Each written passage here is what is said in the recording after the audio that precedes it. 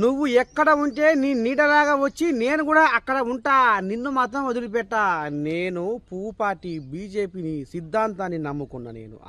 నేను ఆడి తప్పను పలికి బొంకను. నేను ఇసవంటోని అనుకుంటుర్రు ఏంది ఏం కథ అని ఇక నిండు సభల సవాలేసి ఇప్పుడు ఏదో చేసే కదా నిన్న మొన్న.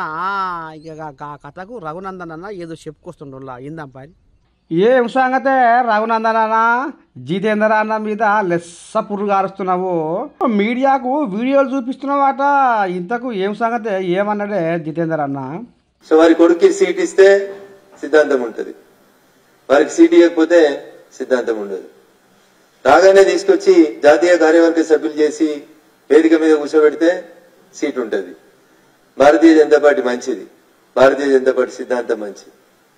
ఎంపీ సీట్ వారికి దక్కకపోతే భారతీయ జనతా పార్టీ సిద్ధాంతాలు లేనటువంటి పార్టీ. చేవెళ్ల ఎంపీ రంజిత్ రెడ్డి గారు పార్టీ మారడం వెనకాల జరిగినటువంటి ఆర్థిక ప్రయోజనాలు, కంపెనీల ప్రయోజనాలు, ఇతర పార్టీల్లో ఈ ఎన్నికలలో అభ్యర్థుల్ని ఇబ్బంది పెట్టడానికి మీరు పంపించబోతున్నటువంటి డబ్బుకు సంబంధించి పూర్తి స్థాయిలో మా దగ్గర సమాచారం వచ్చింది.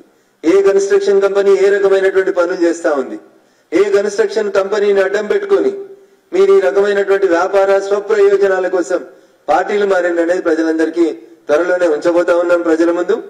అరే ఇదా నీ కడుపు మంట. కవ్వం కదురు తిరిగినా ఇంట కర్ర ఉండదు అన్నట్టు.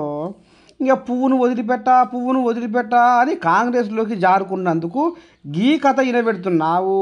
ఇక ఇది అన్ని పార్టీలలో ఉంది కానీ మీ దాంట్లో కొత్త ఉంది.